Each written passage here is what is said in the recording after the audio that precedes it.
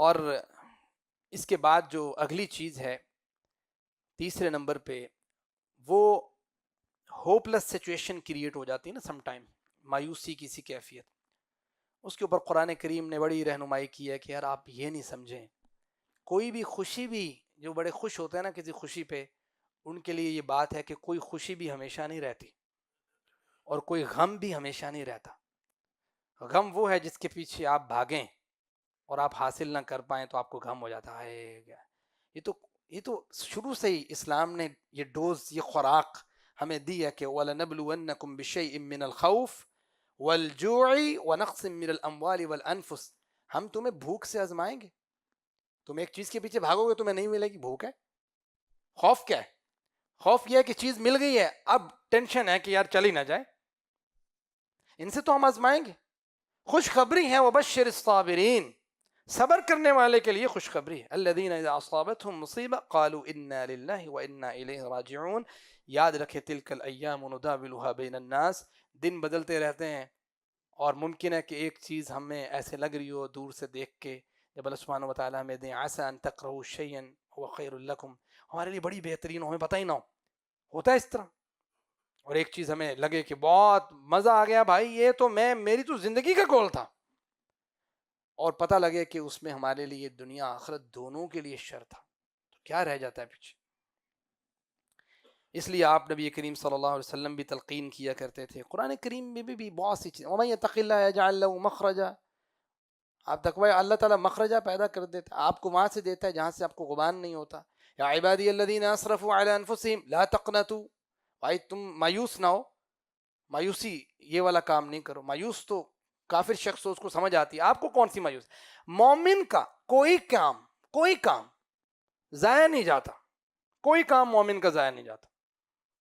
اس کو اللہ تعالیٰ کچھ دیتا ہے تب بھی وہ شکر کرتا ہے اور وہ اس کی نیکی کا ذریعہ بن جاتا ہے.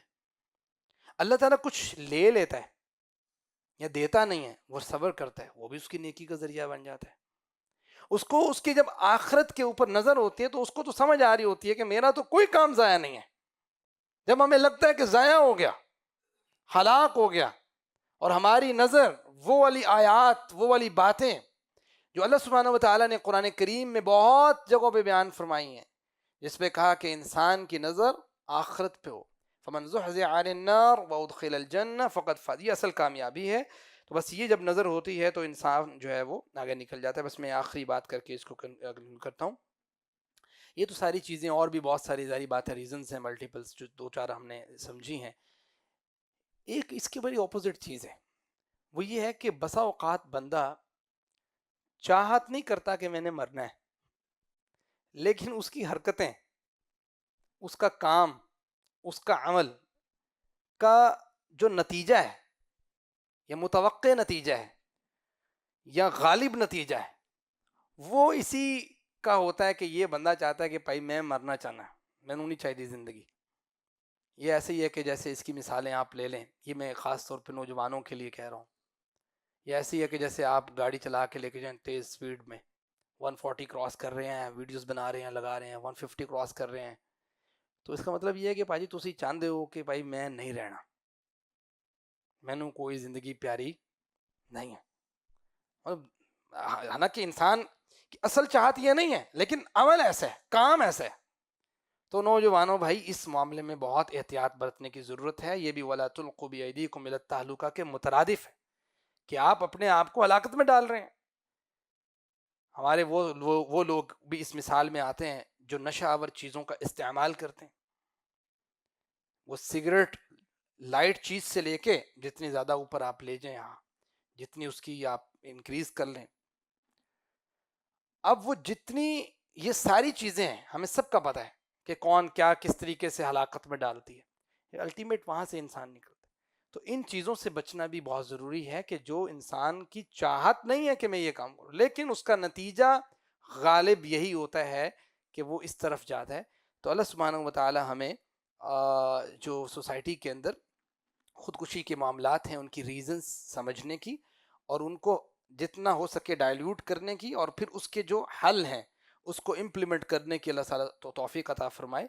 کیونکہ اس کی جو سزا ہے بہت بھیانک ہے، بہت سخت ہے کہ جو انسان دنیا سے جائے کسی ایسی چیز کے ساتھ جس نے خودکشی کی ہے، جان بوجھ کے اپنے آپ کو مارا ہے، تو قیامت کے دن جو ہے وہ اللہ سبحانہ وتعالیٰ نے وہ 3 الفاظ بھی حدیث میں، خالد، مخلد اور تیسرے نمبر پہ ابداً کے الفاظ ہیں، کہ وہ ہمیشہ ہمیشہ ویسے ہی کرتا رہے گا۔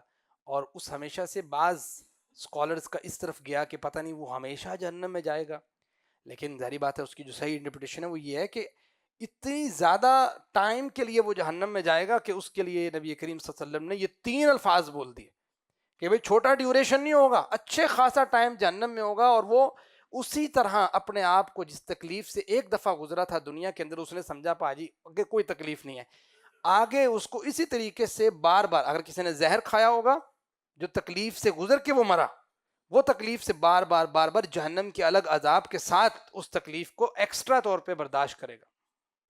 اپنے آپ کو خنجر مارا پسٹل سے یا کسی چیز سے اپنے آپ کو قتل کیا، جس تکلیف سے وہ مرا، جہنم پلس وہ تکلیف، اس کے ساتھ وہ گزرتا رہے گا، گزرتا رہے گا، گزرتا رہے گا۔ اور آپ نبی صلی اللہ علیہ وسلم نے بھی شدید کراہت کا اس شخص سے اظہار کیا جس نے اپنے آپ کو مارا، آپ نے اس کا جنازہ نہیں پڑھایا۔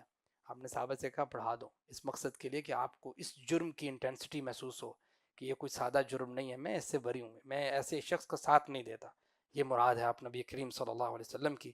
اللہ تعالی ہمیں عمل کی توفیق دے۔ وما علینا الا البلاغ۔